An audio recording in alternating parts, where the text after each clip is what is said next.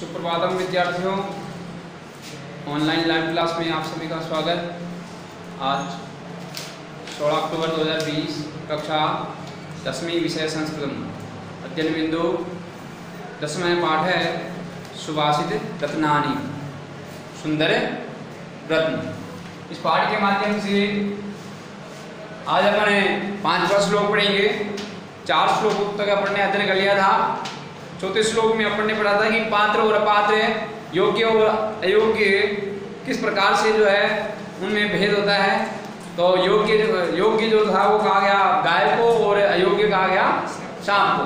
गाय को घास खिलाते हैं तो वह दूध, उससे दूध उत्पन्न होता है तो वह योग्य हो गई, और जिससे दूध पिलाते हैं सांप को दूध पिलाते हैं तो वह जहर उत्पन्न करता है तो वह अयोग्य हो गया। अब आज है 5वां श्लोक। 5वां श्लोक है यथा खनन खनित्रेण नरो वार्यादिगच्छति। यथा खनन खनित्रेण नरो वार्यादिगच्छति तथा गुरुगतां विद्यां शुश्रूषुरधिगच्छति।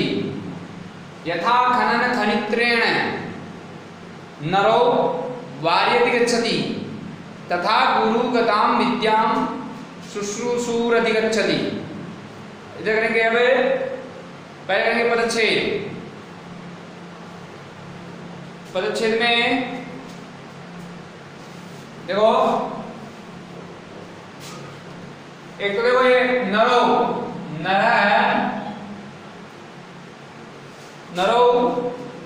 नर है, और वारी और अधिगच्छति। नर है, वारी, नर प्लस वारी प्लस अधिगच्छति। कौन सी संधि है? यहाँ कौन सी संधि है? यहाँ कौन सी संधि है? नर है प्लस वारी प्लस अधिगच्छति। संधि बताओ।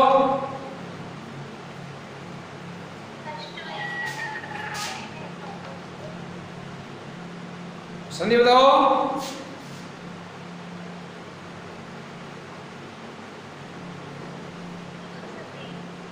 संधि फर्स्ट में तो उत्तु संधि, ठीक है। यहाँ पे तो उत्तु संधि हो जाएगी। नर में जो विसर्ग है, विसर्ग के स्थान पे हो जाएगा ओ, तो बन जाएगा नरो। अब यहाँ पे वारी प्लस अधिगच्छति, यहाँ पे वारी प्लस अधिगच्छति, यहाँ पे कौन सी संधि है?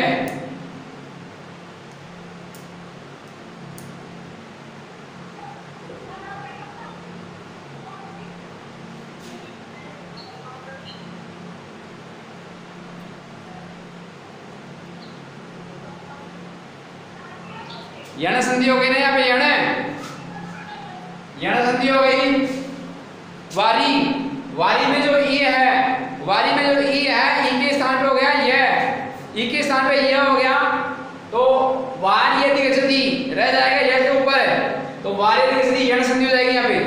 अब एक और है, ये तो हो गया यहाँ पे, पहले हो गया उत्तु संधि, नर प्लस वारी में उत्तु संधि, और वारी प्लस अधिगच्छति में यण संधि। अब एक और है शुश्रूषुरधिगच्छति।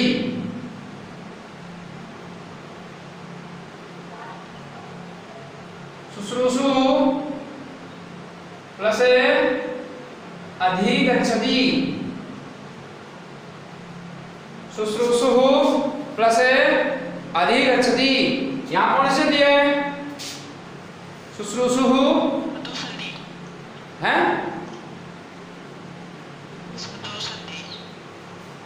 नहीं समझ में नहीं आया क्या बोला? ऋतु संधि, ठीक है। हाँ ऋतु संधि, ठीक है। यहाँ पे है ऋतु संधि, विसर्ग के स्थान पे हो जाएगा र, और र में मिल जाएगा अधि का ए, तो बन जाएगा शुश्रूषुरधिगच्छति, ठीक है। ये हुआ एक पदच्छेद। पदच्छेद के बाद में अब है अन्वय में देखो, यथा नर है, खनित्रेण खनन वारी अधिगच्छति यथा नर खनित्रेण खनन वारी अधिगच्छति तथा शुश्रूषु गुरुगतां विद्याम् अधिगच्छति।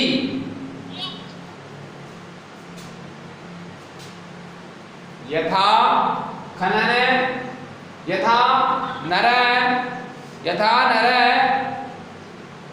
खनित्रेण खनन वारी अधिगच्छति तथा शुश्रूषु गुरुगतां विद्याम् अधिगच्छति। ये हो जाएगा अन्वय। अन्वय के बाद में देखो प्रसंग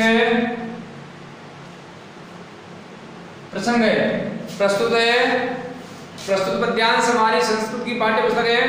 प्रस्तुत पद्यांश हमारी संस्कृत की पाठ्य पुस्तक स्पंदना के सुभाषित रत्नानी नामक शीर्षक पाठ से लिया गया है। सुभाषित रत्नानी नामक शीर्षक पाठ से लिया गया है। इस श्लोक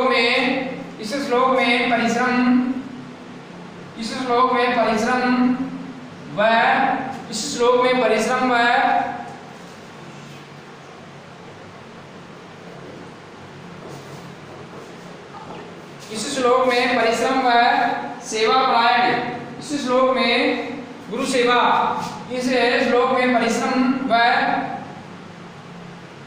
गुरु सेवा के महत्व को इस श्लोक में परिश्रम व गुरु सेवा के महत्व को बताते हुए कहा गया है। गुरु सेवा के महत्व को बताते हुए कहा गया है कि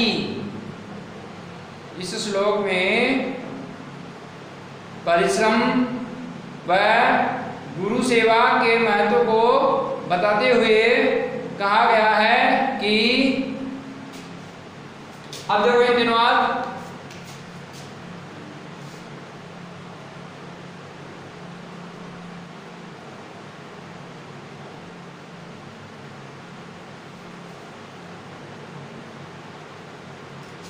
हाँ, तो देखो यथा का अर्थ है जिस प्रकार,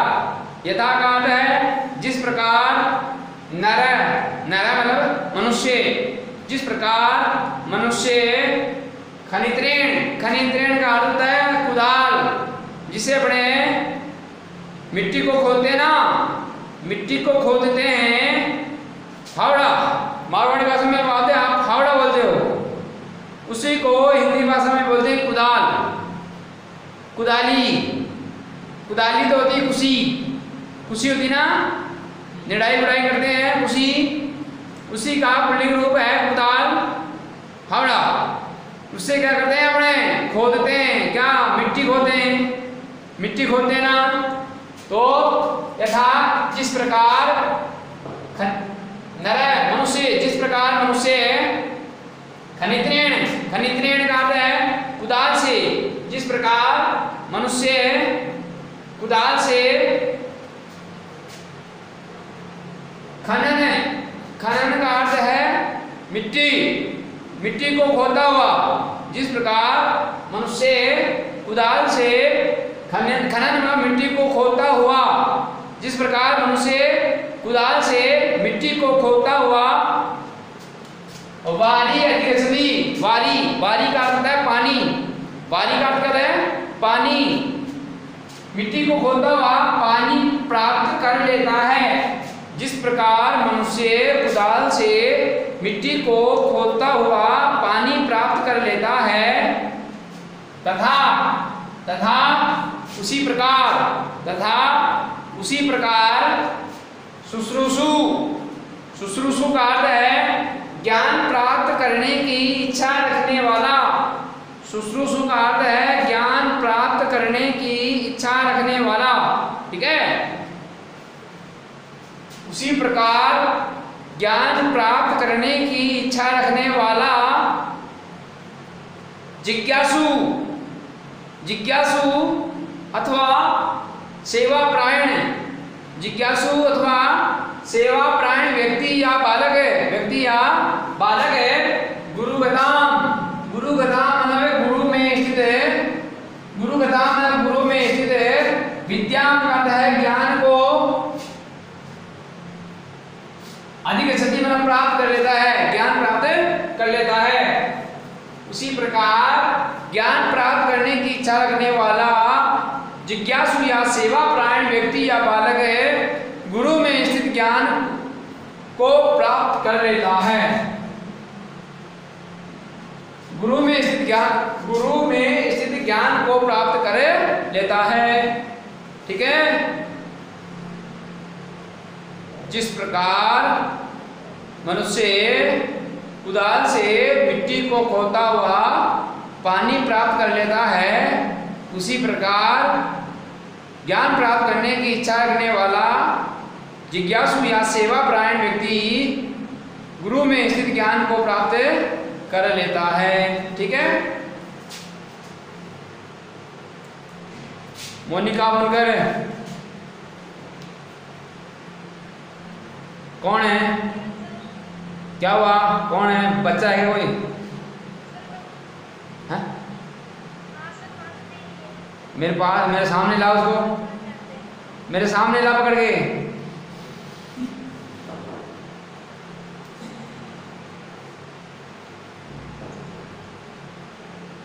नहीं गया?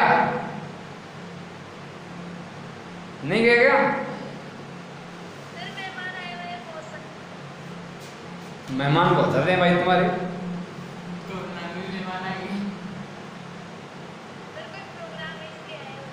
अच्छा ठीक है। ये कंचन शर्मा को भी कोई बच्चा परेशान कर रहा है, ऐसा मुझे लग रहा है। अभी भी है क्या? गया?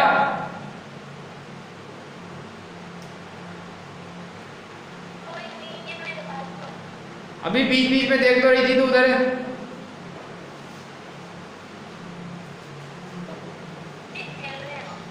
हाँ, बच्चों के उत्साह रहता है। देखें कैसे पढ़ते हैं, वो भी ऐसे, उनको मजा आता है डिस्टर्ब करने में। ये आनंद अलग है बच्चों का। वो बेचारे समझते नहीं है ना, इसलिए आप जब बच्चे थे तो आप भी ऐसा ही करते होंगे। तो ठीक है, इस प्रकार से देखो, जो जिज्ञासु मतलब जो जिज्ञासा रखने वाला होता है, परिश्रम करने वाला होता है, मेहनती जो व्यक्ति होता है, वो मिट्टी को खोदता हुआ अंततः पानी को प्राप्त कर लेता है अपनी परिश्रम, अपनी मेहनत के द्वारा। और एक जो ज्ञान प्राप्त करने की इच्छा रखने वाला व्यक्ति होता है, जिज्ञासु व्यक्ति, जिसको ज्ञान प्राप्त उसको करना है, तो वह गुरु में स्थित जितना ज्ञान है उसको वह बालक या वह व्यक्ति जो है ग्रहण कर लेता है। लेकिन वह व्यक्ति या बालक जो है वो जिज्ञासु होना चाहिए, उसमें ज्ञान प्राप्त करने की इच्छा होनी चाहिए। तब वह उस बालक के ऊपर निर्भर है कि वह गुरु से कितना ज्ञान ग्रहण कर सकता है। ठीक है। तो जिस प्रकार मनुष्य कुदाल से मिट्टी को खोदता हुआ पानी प्राप्त कर लेता है, उसी प्रकार ज्ञान प्राप्त करने की इच्छा रखने वाला जिज्ञासु या सेवा प्राण व्यक्ति या बालक है, गुरु में स्थित ज्ञान को प्राप्त कर लेता है। ठीक है। आगे समझ में? अब देखो विशेष में, इस विशेष में, इस श्लोक में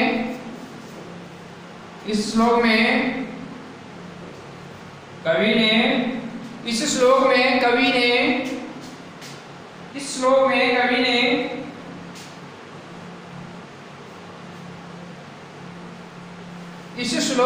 कवि ने गुरु सेवा और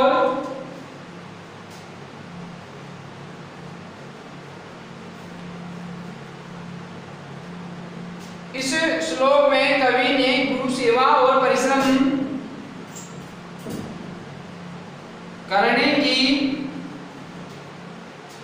करने की प्रेरणा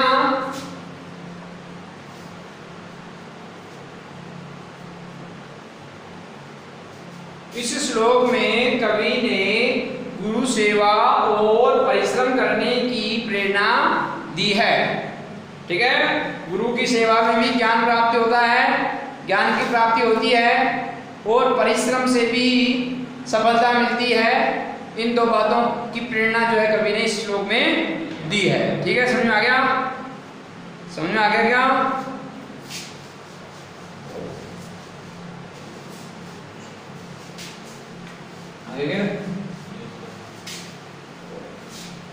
आगे छठा श्लोक है, अजरा मार्वत प्राज्ञो विद्यामार्थं च चिन्तयेत्। अजरा अजरा मार्वत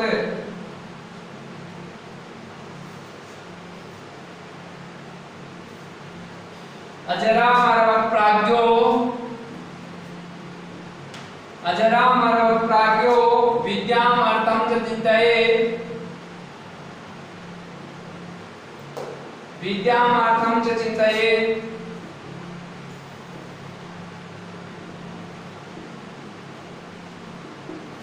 अजरा मार्वत प्राज्ञो विद्यामार्थं च चिन्तयेत्। ग्रहीता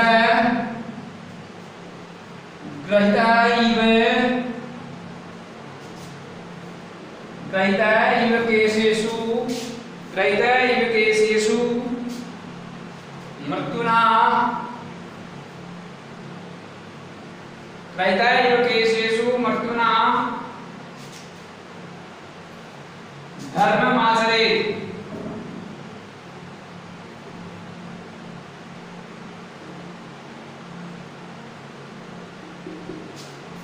अजरा मार्वत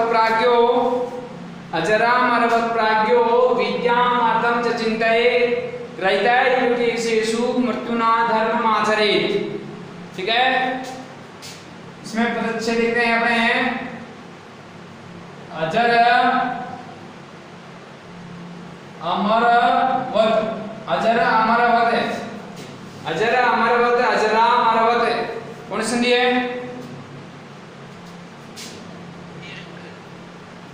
दीर्घ।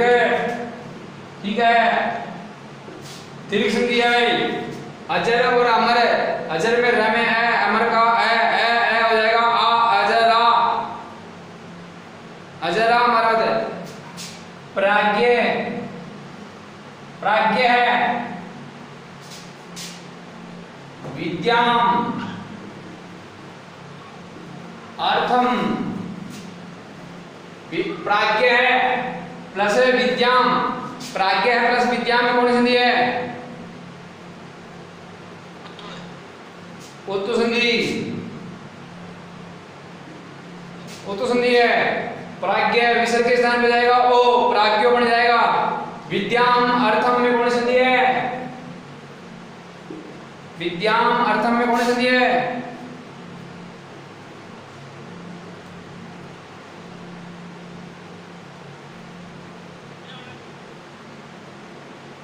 विद्याम अर्थम में ये कहां से आवाज आ रही है? किसके से आवाज आ रही है?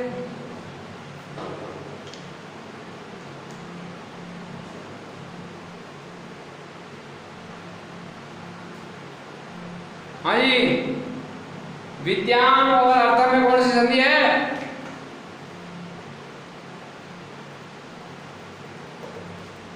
संधि नहीं है, यहाँ संधि नहीं है। विद्या में मैं अलंत आ गया, विद्या में मैं अलंत आ गया, मैं में मिल जाएगा अर्थम का है, तो विद्याम अर्थम संधि नहीं है। आगे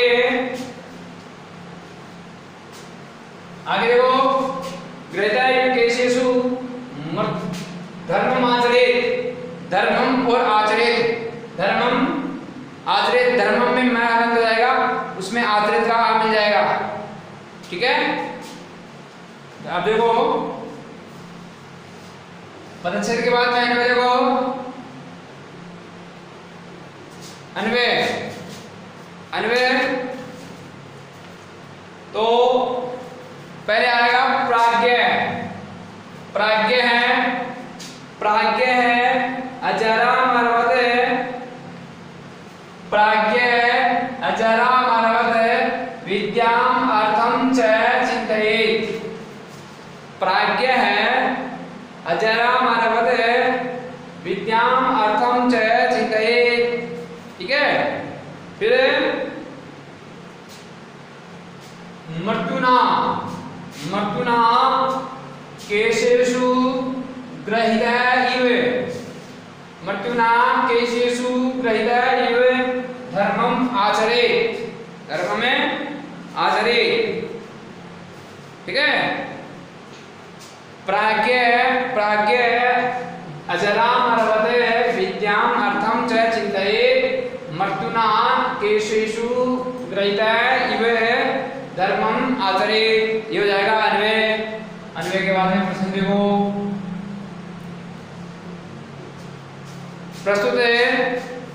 प्रस्तुत पद्यांश हमारी संस्कृत की पाठ्य पुस्तक है। प्रस्तुत पद्यांश हमारी संस्कृत की पाठ्य पुस्तक स्पंदना के सुभाषित रत्नानी नामक शीर्षक पाठ से लिया गया है। इस श्लोक में विद्या और धन प्राप्त करने, इस श्लोक में विद्या व धन प्राप्त करते हुए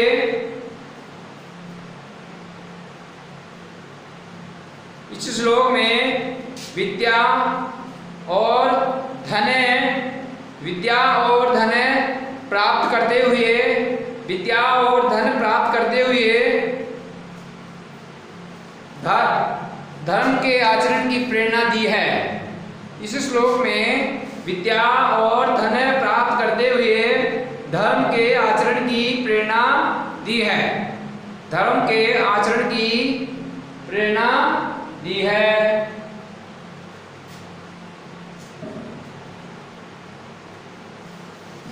करते हुए हमेशा धर्म के आचरण की प्रेरणा दी है।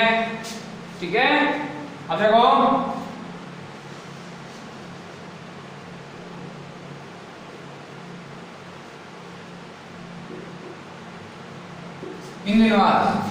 प्राज्ञ, प्राज्ञ का अर्थ होगा बुद्धिमान।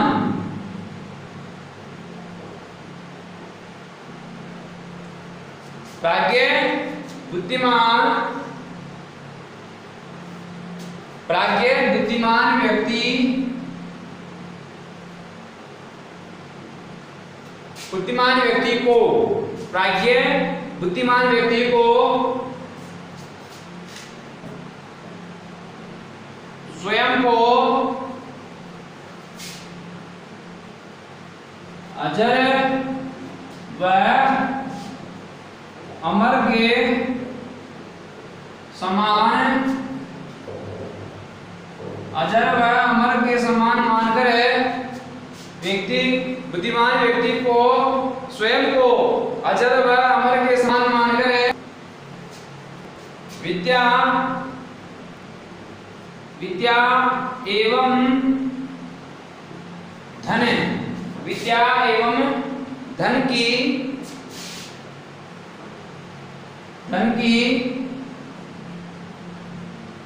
प्राप्ति का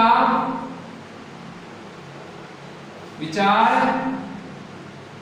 करना चाहिए। चिंतयेत्, चिंतयेत् मतलब विचार करना चाहिए, चिंतयेत् विचार करना चाहिए। किसके बारे में? विद्याम अर्थम, विद्या और अर्थम का अर्थ है धन। बुद्धिमान, प्राज्ञ का अर्थ बुद्धिमान व्यक्ति को स्वयं को अजरामरवत, अजर व अमर के समान मानकर विद्याम अर्थम, विद्या एवं धन की प्राप्ति का विचार, प्राप्त करने का विचार करना, चिंतन मतलब विचार करना चाहिए। व्यक्ति को स्वयं को ये मानना चाहिए कि मैं न तो कभी मरूंगा और न कभी बूढ़ा होऊंगा। व्यक्ति को ये मानना चाहिए कि न तो मैं मरूंगा कभी और न कभी बूढ़ा होऊंगा, न तो बूढ़ा होऊंगा न मरूंगा। तो अब इसके लिए न मरूंगा न बूढ़ा होऊंगा, अब इसके लिए ज्ञान की प्राप्ति तो चाहिए जी, ज्ञान तो चाहिए जी। ज्ञान के साथ साथ और क्या चाहिए? पैसा भी चाहिए। जीवन जीने के लिए क्या चाहिए? पैसा चाहिए, और वो भी बहुत लंबे समय तक चाहिए। क्यों? बूढ़ा ही नहीं होऊंगा, मरूंगा ही नहीं, अमर रहूंगा, ऐसा मानना चाहिए व्यक्ति को। ऐसा मानेगा व्यक्ति तो अधिक से अधिक ज्ञान भी प्राप्त करेगा और अधिक से अधिक पैसा भी कमाएगा। यदि व्यक्ति ऐसे सोच लिया, अरे भाई मर जाएंगे, अरे कल का भरोसा नहीं है, कल ही मर जाएंगे, यदि ऐसा सोच लिया तो वो क्या होता है कि संतुष्ट हो जाता है। जो जितना उसके पास में है उसी से ही वह व्यक्ति संतुष्ट हो जाता है और बोलता है कि क्या कमाना, अब 2 दिन की जिंदगी है। लेकिन वो ऐसा नहीं सोचेगा। वो यदि ऐसा सोचेगा कि न तो मैं बूढ़ा हूँगा और न मैं मरूंगा, ऐसा सोचेगा तो अधिक से अधिक ज्ञान प्राप्त करेगा और अधिक से अधिक पैसा कमाएगा। तो कवि का कहने का मतलब ये है कि यदि व्यक्ति को ज्ञान प्राप्त करना हो, बहुत सारा पैसा कमाना हो, तो उस व्यक्ति को ऐसे सोच लेना चाहिए कि न तो मैं कभी मरूंगा और न मैं बूढ़ा हूँगा। तो वह बहुत सारा धन भी कमा लेगा और ज़्यादा से ज़्यादा ज्ञान भी ग्रहण कर लेगा।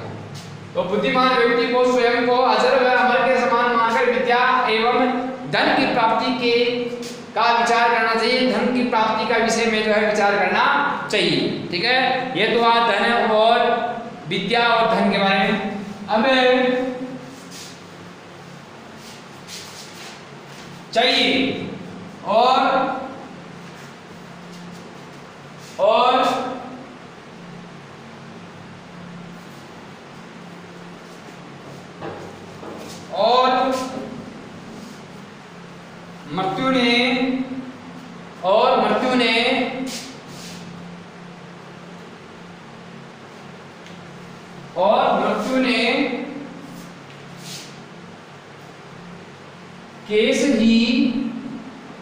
और मृत्यु ने केस ही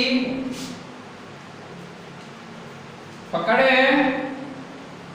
रखे हैं और मृत्यु ने केस ही पकड़ रखे हैं, अर्थात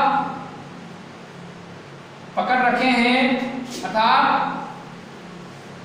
मृत्यु निकट है, अर्थात मृत्यु निकट है। ऐसा